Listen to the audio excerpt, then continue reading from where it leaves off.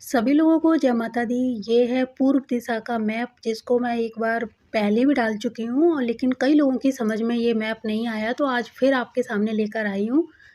जो भी आपकी परेशानियाँ हैं, जो भी आपकी क्वेश्चन है, उनको थोड़ा दूर करने की कोशिश करते हैं। तो जैसे कि ये हमारा प्लॉट है, प्लॉट का साइज़ आप कोई भी रख लीजिए, क्योंकि किसी भी साइज़ का अगर आप मैप बनाएँगे तो सबके साथ मैच नहीं करेगा, इसीलिए साइज़ मैं यहाँ पर नहीं बता रही हूँ। केवल आपको वो मेन पॉइंट बता रही हूँ, जहाँ पर आपको अपना किचन, टॉयलेट, पूजा घर या बेडरूम रखना है। तो इसीलिए जब आप इन चीज़ों का स्थान समझ जाएँगे तो आपको साइज़ की बिल्कुल भी ज़रूरत नहीं पड़ेगी कि हमारा प्लॉट कितना बड़ा है और हम कैसे निर्माण करें। क्योंकि सिर्फ़ प्लॉट का साइज़ नहीं, प्लॉट की दिशाएँ मायने रखती हैं, उनके पद मायने रखते हैं। तो यहाँ पर मैं जो पद बता रही हूँ बस उनको आपको ध्यान में रखना है। तो ये मान लीजिए आपका प्लॉट किसी भी साइज़ का हो उसका एरिया, तब आप कंपास लेकर जब उसकी डिग्रियाँ लेंगे, यानी यहाँ पर खड़े होके जब आप देखेंगे कि ईशान और पूर्व, उत्तर, नैऋत्य, अग्नि, वायु ये सारी चीज़ें किधर आ रही हैं, तब आप उसी हिसाब से अपने घर की चीज़ों का निर्माण करेंगे। तो ये हमारा प्लॉट है, प्लॉट के चारों तरफ हमें जगह खाली छोड़नी होती है और उसके बाद हमें घर का निर्माण करना होता है। ये चीज़ यानी बेसिक जानकारी जो मैं हर बार आपको बताती हूँ। तो ये मान लीजिए ये आपका प्लॉट है, प्लॉट की आपने बाउंड्री करा ली, बाउंड्री के बाद आपको अपने घर का जो मुख है कहाँ रखना है, क्योंकि अगर पूर्वमुखी घर है आपका तो आप ज़ाहिर है कि आप खुद ही चाहोगे कि अच्छे पद पर ही आपका मुख्य द्वार हो। तो मुख्य द्वार पहले तो बता दूँ इसको नहीं कहते हैं। मुख्य द्वार घर जहाँ पर बनना शुरू होता है, जहाँ से हम घर के आंगन में, किचन में और रूम में एंट्री करते हैं, उसको बोला जाता है। ये माना जाएगा प्लॉट का द्वार। तो इसको भी हमें शुभ पद पर लगाना चाहिए, क्योंकि हमारे पास 2 अगर शुभ पद होंगे मुख्य द्वार के लिए तो उसका भी बहुत अच्छा फ़र्क पड़ता है। तो ये हमारा अगर पूर्व दिशा यहाँ आती है और हमारा अग्नि कोण जब इधर आता है, तब जब हमने इनकी डिग्रियाँ निकाली तो हमें पता चला कि यहाँ पर आ रहा है जयंत का पद। तो हमने प्लॉट के जो मुख्य द्वार है, प्लॉट का द्वार जिसको बोला जाता है, यहाँ पर जयंत के पद पर बनाया। फिर जब हम घर का निर्माण करेंगे तब हमने फिर से दोबारा यहाँ पे खड़े होके चेक किया कि हमारे घर में ईशान, अग्नि ये सारी दिशाएं किधर आ रही हैं। तो हमारा जैसे ईशान कोण इधर आया, तो ईशान कोण में पूजा घर से अच्छी जगह, पढ़ाई से अच्छी जगह हो ही नहीं सकती है। तो यहाँ पर हमें पूजा घर या पढ़ाई का कमरा बनाना चाहिए। दोनों एक साथ भी बनाया जा सकता है अगर आपके घर में बच्चे हैं और वो पढ़ाई करते हैं। तो जब हमने इसका पद निकाला तो यहाँ पर ईशान कोण आया, तो हमने यहाँ पर पूजा घर बना लिया। और हमें घर का जो मुख्य द्वार देना है वो भी हमें अच्छे पद पर देना है। तो यहाँ तो हमारा बन गया पूजा घर और इसके बराबर में आता है जयंत और इंद्र का पद। दोनों को मिक्स करके हमने बनाया घर का मुख्य द्वार। तो जयंत और इंद्र का जो पद होता है इसके ऊपर अगर हम मुख्य द्वार बनाते हैं तो बहुत ही ज़्यादा अच्छा रहता है। और यहाँ से सीधी हमें धूप घर के अंदर मिले तो उसके लिए हमने लगाई एक बड़ी सी खिड़की। यहाँ से अब हमारे घर का निर्माण चालू होता है। ये वाली बाउंड्री है प्लॉट की और ये वाली बाउंड्री है घर की। और हमारा अग्नि कोण जब इधर आता है तो वहाँ पर रसोई घर बनाना बहुत शुभ होता है। रसोई घर के बराबर में हमें मिलती है दक्षिण दिशा, तो दक्षिण दिशा में एक रूम बना सकते हैं। आपका प्लॉट छोटा है तो यहाँ पर एक रूम बनेगा, लेकिन अगर आपका प्लॉट थोड़ा बड़ा है तो हम यहाँ पर 2 रूम बना सकते हैं। अब आपको सीढ़ियाँ बनानी है, अगर आपको छत बनानी है, जैसे फ्लैट में भी हम ये निर्माण कर सकते हैं, डुप्लेक्स में भी हम इस तरह का निर्माण कर सकते हैं। और जब आपको ऊपर जाने के लिए सीढ़ियाँ बनानी हो तो यहाँ पर आप सीढ़ियाँ बना सकते हैं। कमरे का साइज़ आप देख लीजिए कि आपका जो कमरा है वो कितना बड़ा आपको चाहिए, उसी के हिसाब से यहाँ पर हम सीढ़ियाँ दे सकते हैं। और आप अगर परमानेंट सीढ़ियाँ चाहते हैं तो वो दीजिए, नहीं तो आजकल फोल्डिंग सीढ़ियाँ चल रही हैं जिनको दीवार में फिट कर दिया जाता है, जब ऊपर जाओ तो खोल दिया जाता है। तो जैसी आपकी इच्छा हो वैसी सीढ़ियाँ आप इधर बना सकते हैं। यहाँ से चढ़ना है, सीढ़ियों को यहाँ पर इसके ऊपर दे दीजिए। इसके बाद एक बेडरूम इधर है, ये आता है हमारा नैऋत्य कोण में। नैऋत्य कोण में लोग डरा देते हैं कि कोई खिड़की दरवाज़ा खुलापन नहीं होना चाहिए, तो ये बात सही है, लेकिन बहुत बड़ी खिड़की नहीं देनी है, हल्की-फुल्की खिड़की छोटी-सी हमें देनी पड़ेगी। अगर वेंटिलेशन नहीं होगा कमरे में, किसी भी कमरे में, तो मानिए बीमारियाँ आपके घर में कभी भी एक तरह से ठीक नहीं होंगी, लगी रहेंगी, आती रहेंगी, जाएँगी नहीं।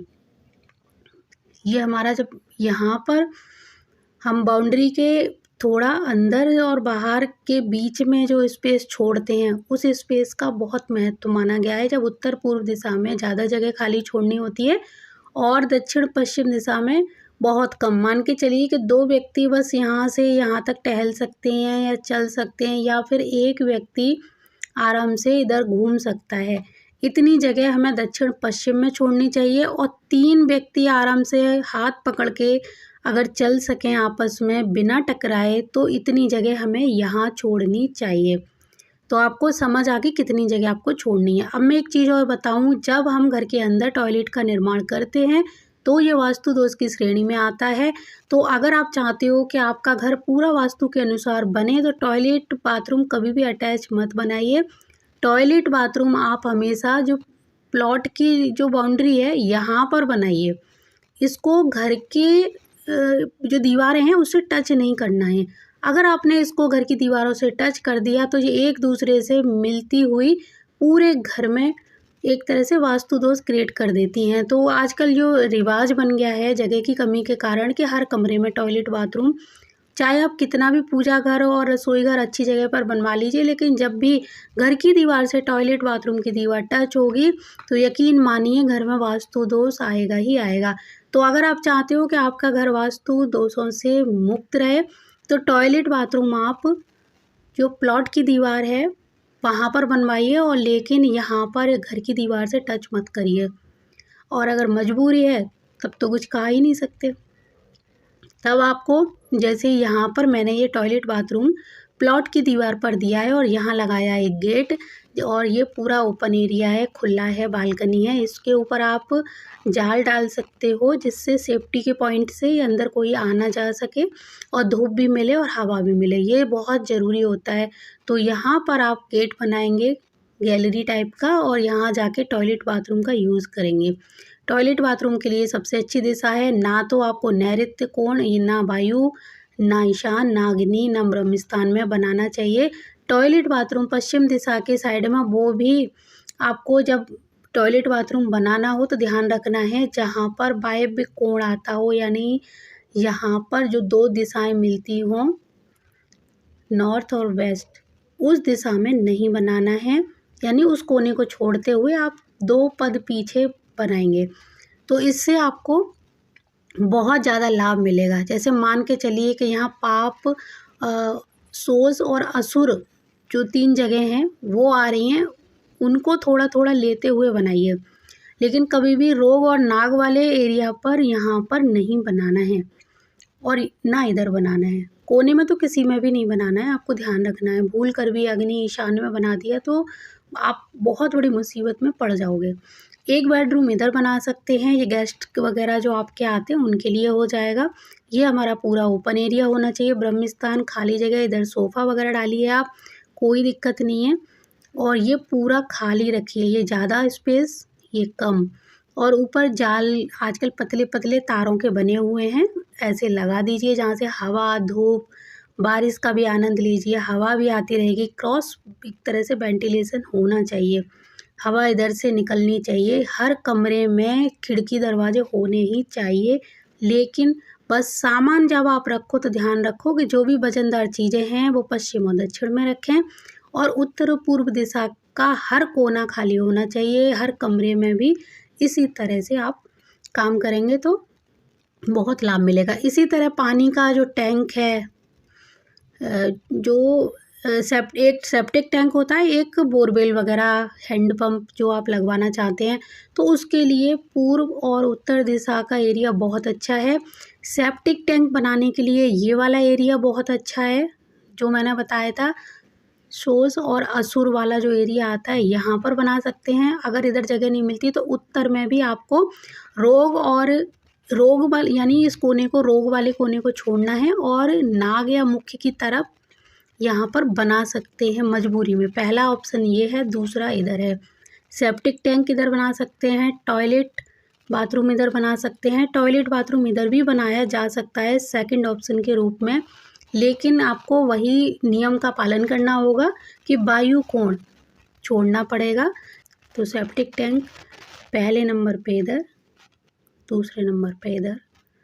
जब ये दोनों चीज़ें ना मिलें, किसी भी कीमत पर ना मिले, इधर प्लॉट है, इधर प्लॉट है, इधर घर बने हैं, कुछ भी A to Z परेशानी जब हो, जब मान लीजिए 100% इधर बनाने में परेशानी हो, तब आप अग्नि कोण को छोड़ते हुए यहाँ बना सकते हैं, क्योंकि ये गंदा पानी है और गंदे पानी को कभी इन पवित्र दिशाओं से नहीं निकलना चाहिए, इस बात का ध्यान रखना है। तो पहले आप इधर देखिए, क्योंकि एक वास्तु दोष तो लगेगा ही लगेगा जब टॉयलेट बाथरूम घर के अंदर होगा। तो वही है कि जब आप पूरा घर अच्छे से बना लें, तो अगर ये एक दोष लगता है यहाँ पर, तो फिर लगने दीजिए, क्योंकि कई सारे हमारे प्लस पॉइंट हैं, उनकी तरफ हमें नज़र रखनी चाहिए। तो वही चीज़ का मैं बता रही हूँ, बहते हुए पानी का दोष नहीं होता है, स्टोर पानी का दोष होता है। जब यहाँ आप गड्ढा बनाते हैं, यहाँ पानी स्टोर करते हैं, तो यहाँ पर अगर नाली ऐसे करके जा रही है तो जाने दीजिए, कोई दिक्कत नहीं है। नाली आपकी इधर जा रही है, जाने दीजिए, लेकिन बस यही देखना है कि आपको यहाँ कोई हौद नहीं बनानी, गड्ढा नहीं बनाना, इस दिशा को नीचा नहीं करना है। तो अभी पानी की टंकी आपको अपनी छत के ऊपर भी रखनी है, पीने के पानी की तो इधर रखेंगे, ज़मीन के अंदर इधर रखेंगे। तो ये वास्तु के बेसिक नियम है जो मैंने आपको बताए, जो हर बार मैं आपको बताती हूँ, इनको फॉलो करके अपने घर का निर्माण करेंगे तो यकीन मानिए आपको बहुत लाभ मिलेगा।